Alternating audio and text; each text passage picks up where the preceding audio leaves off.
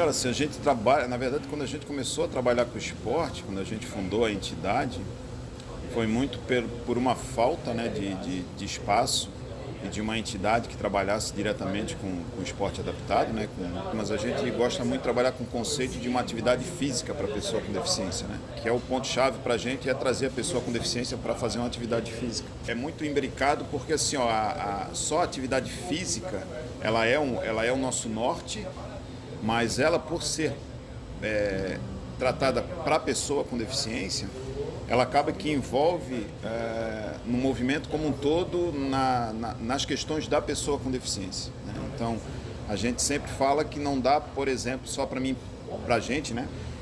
Do Marco, que está com a gente aí já há um bom tempo, que não dá simplesmente para a gente pensar enquanto entidade só num local de treinamento, só no equipamento, né, isoladamente, vamos botar o cara lá para treinar. Não, porque a gente precisa, antes de qualquer coisa, que a pessoa com deficiência chegue até aqui à universidade, né? E aí, como a gente estava comentando lá dentro, existem várias barreiras de estrutura, né, barreiras arquitetônicas, barreiras físicas, né, que impedem a pessoa com deficiência muitas vezes de chegar até aqui. E aí isso faz com que a nossa entidade, além de fazer esse trabalho de esporte adaptado, a gente acaba se envolvendo em vários ramos da luta da causa da pessoa com deficiência. Então a gente vai falar de mobilidade, a gente está lá para reclamar a nossa mobilidade. Vai falar de questões de assistência social, a gente está lá para falar sobre isso. Falar sobre emprego, falar sobre acesso à educação, a gente está envolvido em tudo isso. Cara, espaço acessível é um grande desafio. A pessoa com deficiência se entender como cidadão e com direitos principalmente a praticar esporte, né? A família que super protege muitas vezes a pessoa com deficiência, é outro gargalo que a gente tem. E é isso, é o chegar na pessoa com deficiência, que muitas vezes ela está isolada do movimento social, e trazer ela para dentro do esporte. Não para dentro do esporte, né, cara? A gente fala assim, para dentro de um convívio social. O esporte ele tem um monte de benefícios, né? Sim.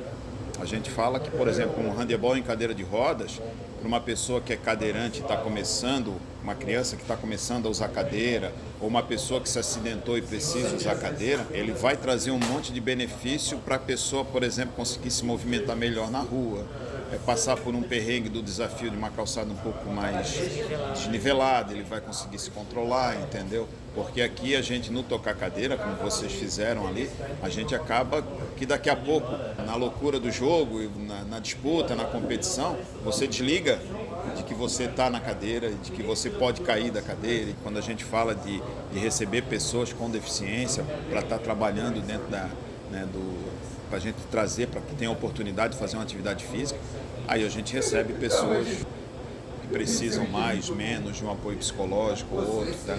Às vezes para quebrar essas amarras de dependência com família, às vezes a própria família precisa mais de um amparo psicológico do que o próprio deficiente, né? Então tem essas questões assim, né? Então assim, a gente tem alguns depoimentos que são muito interessantes, principalmente nessa questão da capacidade de controle emocional, de se recolocar no mundo depois de um acidente, por exemplo, né? Então assim, a gente tem o caso de um senhor que treina com a gente, o nome dele é Neivo. O Neivo, ele sofreu um acidente de carro, estava ele, a esposa e uma filha bebezinho, né? E infelizmente com elas não aconteceu nada, mas ele ficou na cadeira de roda. E o Neivo era um cara que estava extremamente deprimido em casa, né? Perdeu um pouco na cabeça dele o sentido da vida por estar na cadeira de roda, né? E aí ele conta que já estava numa depressão, meio que pegando assim, até que um dia no supermercado Angelone aqui, o professor Luciano, que é o professor que criou o projeto aqui na Universidade Federal, que começou o projeto com pessoas com deficiência, encontrou ele e chamou ele para vir para cá, para praticar uma atividade física, né? Aí ele veio, aí começou, né, no tênis, depois veio para o handebol, tênis em cadeira de roda também, veio para o handebol, e ele até hoje fala que isso mudou a vida dele, da água para o vinho, entendeu? Foi o que deu um ânimo para ele conseguiu novamente interagir com as pessoas, conseguiu criar um círculo de amizade, conseguiu socializar. Eu tive pólio na infância, mas eu consegui acessar a escola, não porque a escola era acessível, mas porque a minha condição física na época, né, eu conseguia caminhar com uma certa dificuldade, mas conseguia. Então eu acabei me educando, né, dentro do processo convencional, vamos dizer assim.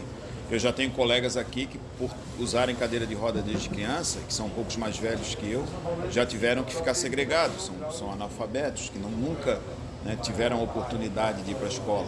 E muitos foram até a escola e aí a família viu que não tinha acesso e a família trouxe, disse, não vou brigar para botar, não quero que meu filho fique passando perrengue para poder estudar, então leva para dentro de casa, né, protege, deixa lá no... Né, acaba sendo excluído dentro de casa só com o convívio da família, né? Eu tive acesso à escola, mas nunca tive acesso à educação física, entendeu? Eu sempre brinco que o que me motiva a me manter no esporte adaptado é trabalhar na parte de organização, tudo, e tentar ampliar o projeto, é muito pelo que me faltou na infância e que eu não gostaria que faltasse mais na infância de nenhuma criança com deficiência, que essa criança tem a opção, mas se ela quiser, ela tem que ter um espaço. Se ela quiser, ela tem que ter um professor que tenha capacidade para estar adaptando uma modalidade para ela praticar, entendeu? Então, o foco hoje é esse. A gente já tem um espaço acessível, já tem as crianças dentro das escolas, né? E agora é um salto a mais de que ela também possa ter esse direito a uma prática esportiva. Que ela não seja mais que o professor coloque ela no canto lá, a galera vai jogar bola aqui, fica segurando a bola aqui, professor, quando eu precisar tentar enquadrar ela de alguma forma que ela não tenha uma atividade mais interativa dentro da própria atividade de educação física. Então a gente já está nesse patamar agora de luta, né? As pessoas com deficiências, elas eram tratadas bem nessa visão da fisioterapia. Então, assim, o importante não era adaptar os espaços para a pessoa com deficiência. Passei 17 anos dentro do hospital de reabilitação, né? Dos meus 3 anos aos 20 praticamente, né? Fazendo fisioterapia. Tanto é que eu consegui realmente andar sem muleta, conseguia caminhar com a dificuldade de caminhar, de mancar um pouco, tal, por conta disso. Mas isso me causou hoje a impossibilidade, por exemplo, se eu tivesse com a visão de hoje, de você adaptar os espaços, de você ter uma visão diferente para a pessoa com deficiência, e se eu tivesse lá daquela época, por exemplo, usado uma muleta para aliviar a carga do pé, essa coisa toda e tal, da perna, eu talvez estaria usando muleta com facilidade até hoje. Mas aí hoje eu uso a cadeira de roda porque as articulações do joelho já foram tudo-se embora, entendeu? O tornozelo foi-se embora. Então, assim, hoje a gente já vem numa outra visão, que é a de trazer o maior conforto possível para a pessoa com deficiência e que ela não tenha necessidade de fazer um esforço maior do que qualquer pessoa, né? Que a gente fala sempre isso, assim, mas as adaptações são necessárias, são porque a gente precisa nivelar a questão do desgaste e da necessidade de esforço, né? Quando a gente hoje tem um certo cuidado e uma certa raiva até de falar muito de superação, entendeu? Que a gente passou a vida inteira, o exemplo de superação, o cara é um exemplo de superação. Isso sempre foi uma armadilha muito grande para a pessoa com deficiência, né? Porque, queira ou não queira, quando você é tratado como exemplo de superação, você meio que dá uma inflada, né? Eu sou mesmo, né, cara? Sou o cara, tal, não sei o quê, superei. Mas só que assim, E dá a entender que o fato de você ter superado, digamos, as barreiras, você não precisa de mais nada. Né? Isso. E aí tira também o foco da sociedade e bota no indivíduo. Aquele ali superou, por que isso aqui não supera? Entendeu? Muito individualizado.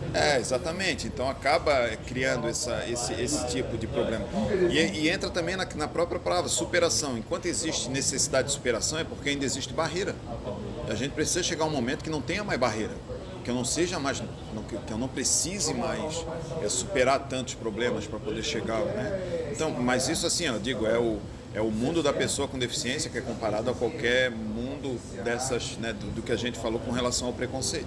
Por que uma pessoa da periferia preta precisa passar por tanto perrengue para muitas vezes conseguir chegar numa universidade, conseguir um trabalho, que uma pessoa branca de classe média não precisa passar? Essa pessoa já chega lá na frente sem passar por nenhum problema. A nossa concepção de vida é a mesma coisa. Por que nós, enquanto pessoas com deficiência, precisamos superar tanta coisa, né, para chegar ao mesmo ponto que uma pessoa sem deficiência não precisa, entendeu? É isso. Dobro, triplo de justo, coisas que tem que fazer.